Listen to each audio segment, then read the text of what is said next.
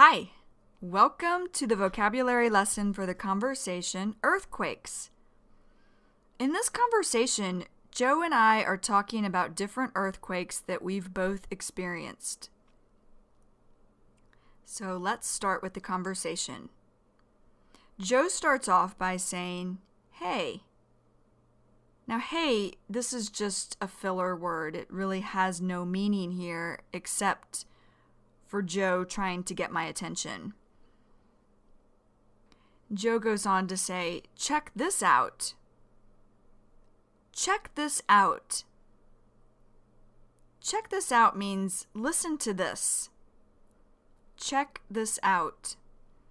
An example of check this out would be, Scott said, "Check this out. I got 2 free tickets to the Rolling Stones concert." Check this out. Then Joe goes on to say, "You know what Eric asked me when I got into work this morning?" You know. This is short for you know. You won't see this in written English, but you will hear it in conversational English. You know. And then I say, "I have no idea. What did he ask?" I have no idea, or have no idea. It means do not know. I do not know. For example, I have no idea how I'm going to make time each day to exercise. Have no idea. And then Joe says, "He asked me if I felt the earthquake last night." Earthquake. This is when the ground shakes from natural causes. And then I say, "Earthquake? You've got to be kidding. I didn't feel an earthquake." You've got to be kidding. Now, gotta is short for got to. You've got to be kidding. This is something else you'll hear in conversational English, but you won't see it in written English. You've got to be kidding. What this means is you cannot be serious. You've got to be kidding. For example, when I told my mother that I had won $2 million, she said, "You've got to be kidding." And then Joe says, "I know, that's what I said. He told me it actually woke him up last night." Actually here is just really filler. It has no meaning. It's not even needed in this sentence. And then Joe goes on to say, "You know," and then I say, "What?" And Joe says, "Yeah." Yeah is casual or informal for yes. Joe goes on to say, "It was like is just filler here. It has no meaning. It's not even needed in this sentence." And Joe says, "It happened at like, this is filler as well, has no meaning." And he goes on to say, 4:42 in the morning, so we must have been sleeping.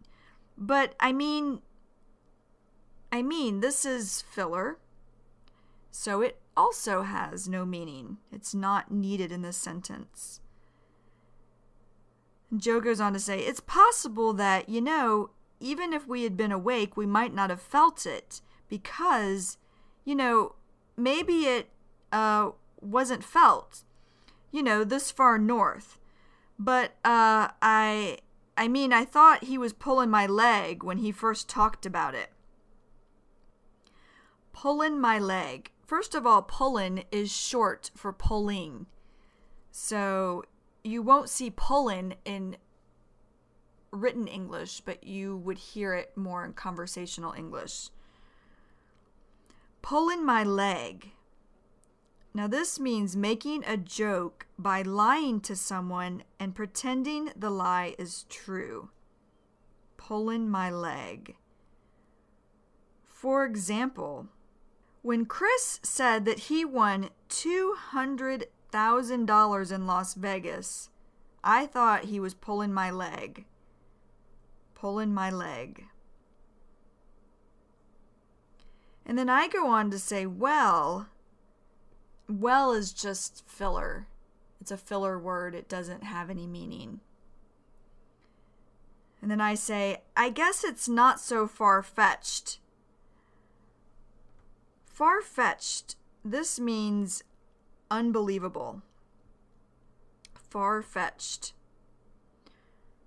For example, when Chris said that he won $200,000 in Las Vegas, I thought it sounded far-fetched. Far-fetched. And I go on to say, considering meaning since, we live on a major fault line here. Major fault line. A fault line is an area where a lot of earthquakes happen. Then Joe says, yeah, but actually I think this earthquake was on a different fault line. Because, you know, Eric lives just south of San Jose. Now, when I say you'll hear in a lot of conversations, but it's not something that you would ever see in written English. But you'll hear a lot in conversations. San Jose, this is a city south of San Francisco. And then I go on to say, yeah. And then Joe says, and the earthquake, he said, was due east of San Jose. Due east. This is exactly east of some place. Due east. For example, Sacramento is a city that is due east of San Francisco. Due east. And Joe goes on to say, so he was obviously, or he was definitely, a lot closer to the epicenter than we were. Epicenter. This is the middle of an earthquake. Epicenter. An example of epicenter would be, the epicenter of the earthquake was Los Angeles, so there was a lot of damage in that city. Epicenter. And Joe goes on to say, so I'm not even sure it was felt here. And I say, yeah, that makes sense. Well, you know, I've experienced quite a few earthquakes in the past several years, but I've been living here a little over 2 years, or a little more than 2 years. And I say, I think I've only experienced one here. It was really strange, too. Each earthquake has been a completely different experience. But the one I felt here, I was standing outside a restaurant talking to AJ and another friend, and all of a sudden, it just felt like, all of a sudden, this is right away with no warning. All of a sudden. For example, I was driving my car when all of a sudden someone hit me. It happened so fast. All of a sudden. So I say, all of a sudden, it just felt like this shift or change. It's really hard to explain, but it made me think of like a cartoon. A cartoon is just animation. And I go on to say, like how in the cartoon, like buildings might just shift to the right and then shift right back. Joe says, yeah, without falling. And I say, yeah, without falling. And I had no idea what was going on for a few minutes afterwards. And then I realized, or I understood, oh, that must have been an earthquake. And Joe says, yeah, you know what I usually notice, or he's saying what I normally see, the times that I've been at home here, and I say, yeah. And Joe says, and there's been an earthquake, it's almost as if there's this really big train, or like a gigantic Mack truck going by. gigantic means very big or large. And Mack truck, this is just a kind of truck. Joe goes on to say, and suddenly, or right away, I start to hear the heater shaking. And it's like, the noise is like, is loud for a second. A second is short time. 60 seconds makes 1 minute, so it's a very short time. And Joe says, and then it's gone, so... And then I say, that's so... And Joe says, it's really weird. Weird or strange. He goes on to say, you know, it's almost like the first couple of times I felt it. Couple of. This is short for couple of. So you won't see this in written English, but you'll hear it in conversational English. Couple of. Couple meaning two. So Joe's saying, the first couple of times I felt it, I wasn't even aware it was an earthquake while it was happening. So he's saying, I wasn't even aware, I didn't even know it was an earthquake while it was happening. And then I say, well, that's so funny. Now, when I say that's so funny, I'm not saying it's really funny. I'm saying this because something Joe said was the same experience that I had. And that experience being not knowing there was an earthquake while it was happening. He experienced that and I experienced it. So I'm saying, wow, that's so funny. Like, that's so funny. We both experienced this. And I go on to say, that's so funny you say that because one that I experienced in Bangkok, it actually was after the tsunami. I'm talking about the tsunami that hit Thailand, Indonesia, Sri Lanka, Southeast India in December 2004.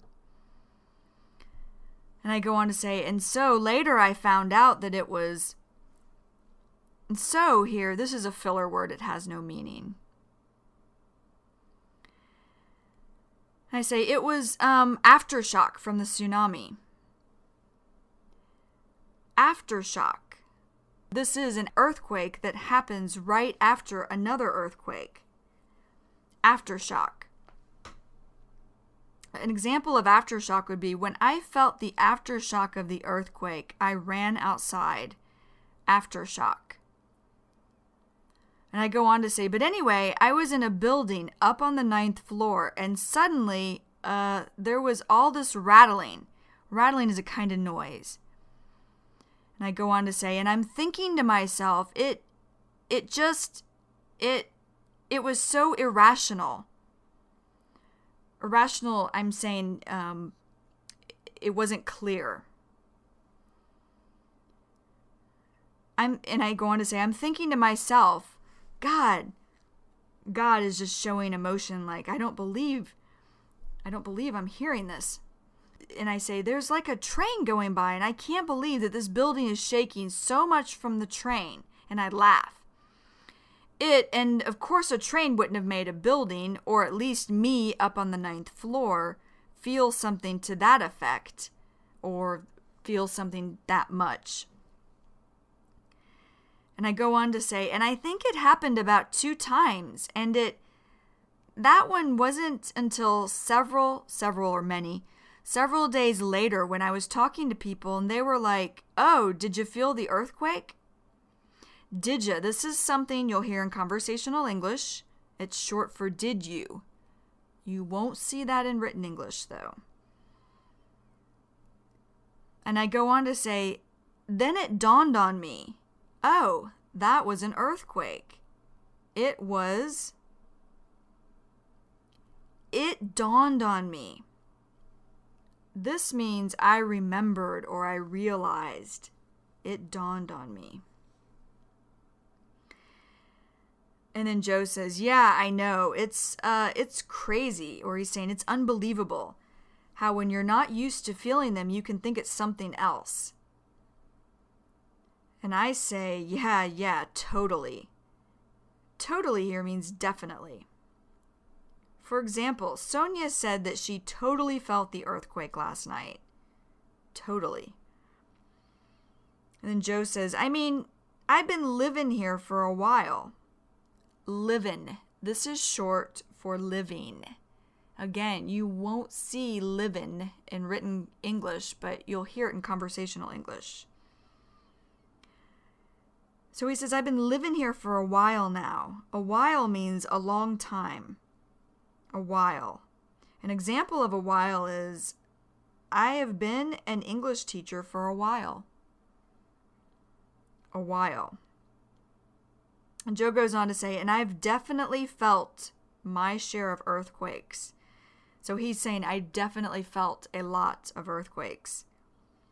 And Joe says, I mean, you know, when you live here, it's a given. It's a given. This means there is no doubt. It's a given. For example, when you walk or live in downtown New York, it's a given that you will hear a lot of noise. It's a given. So he goes on to say, it's a given that you're gonna experience earthquakes. Gonna, this is short for going to.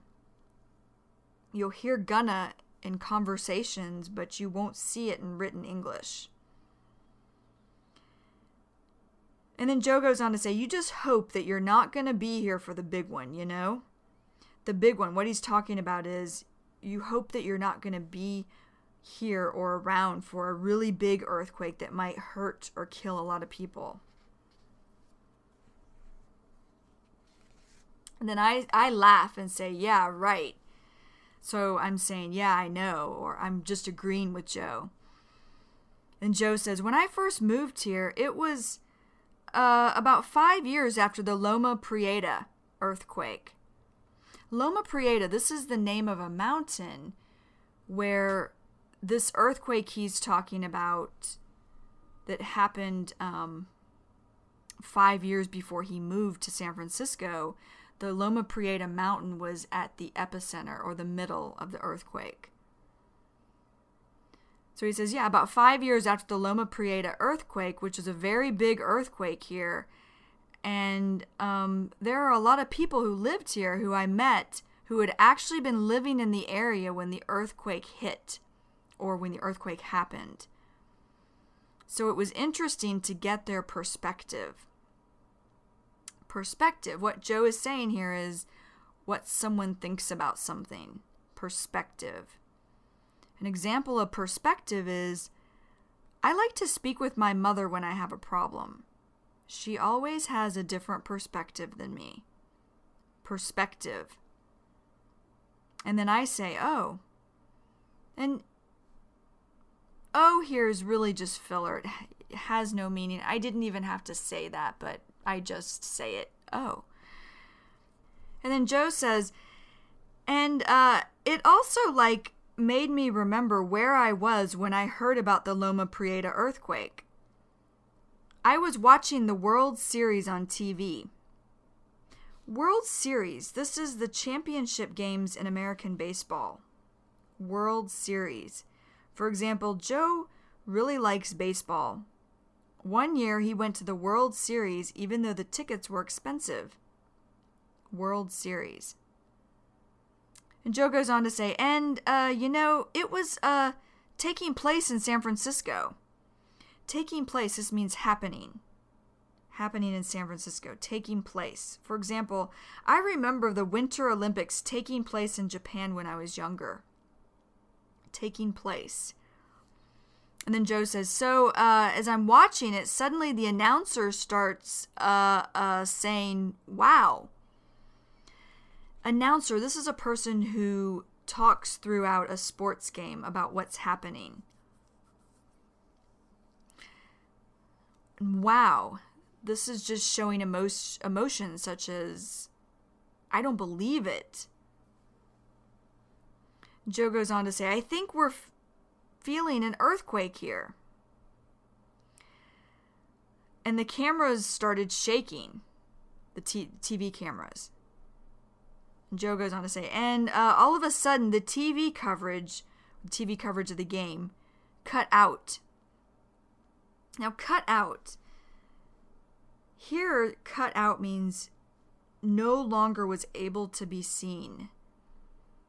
The TV coverage of the game cut out. It was no longer able to be seen. For example, the television station cut out during the big rainstorm. Cut out. And then Joe says, so, I wanted to get a rundown on what happened. Rundown. This is information. He wanted to get information on what happened. Rundown.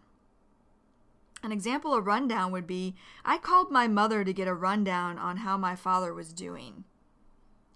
Rundown. And Joe goes on to say, so I turned to the news station, or I changed to the news station.